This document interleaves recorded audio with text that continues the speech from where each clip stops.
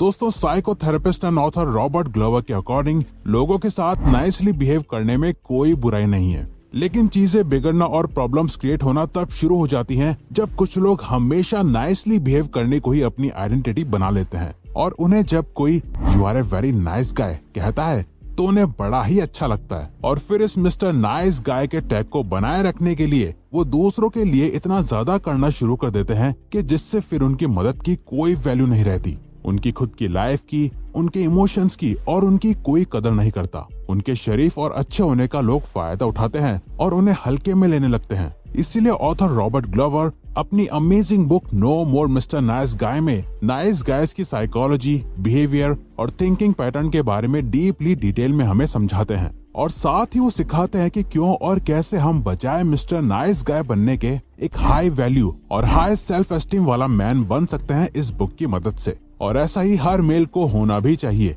तो आइए सीखते हैं। Number 1, the nice guy syndrome.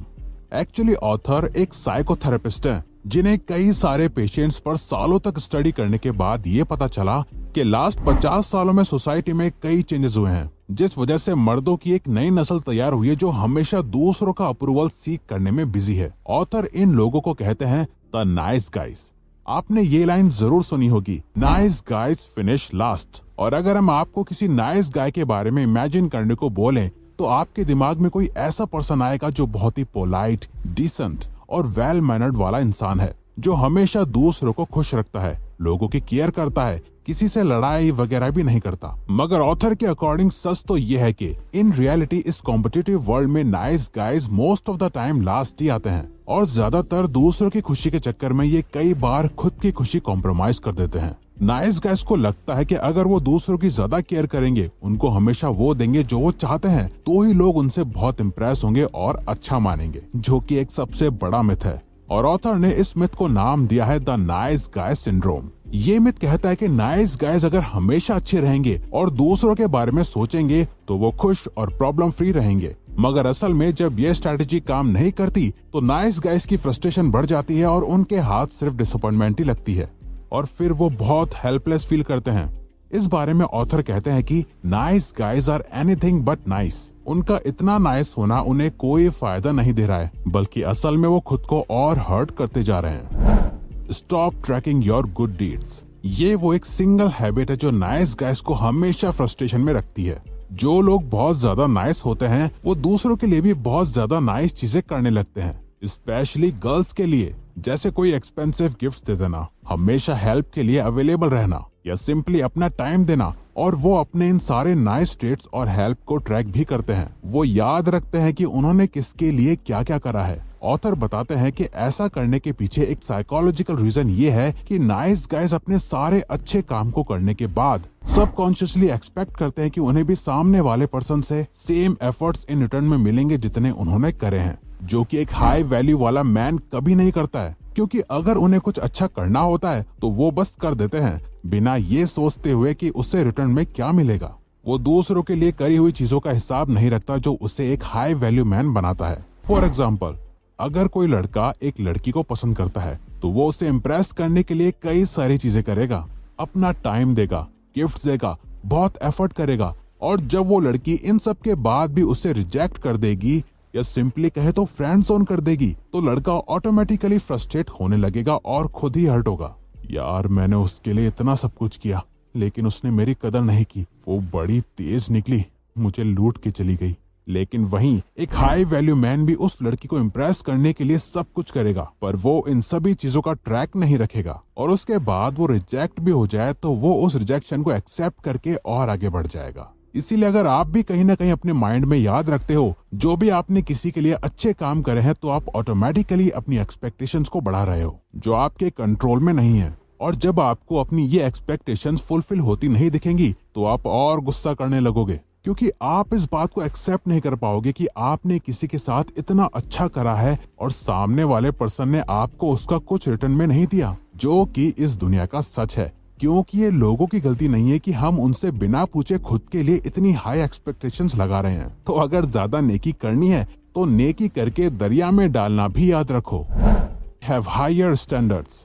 अगर आप हमेशा सबके साथ बहुत ही नाइसली रहते हो तो लोग आपका फायदा उठाने लगते हैं, क्योंकि उन्हें पता है कि वो आपके साथ कैसा भी बिहेव कर लें, आप तो बहुत अच्छे हो, उन्हें कभी रोकोगे नहीं और एक ना एक पॉइंट पर आप ये एक्सपीरियंस जरूर करोगे।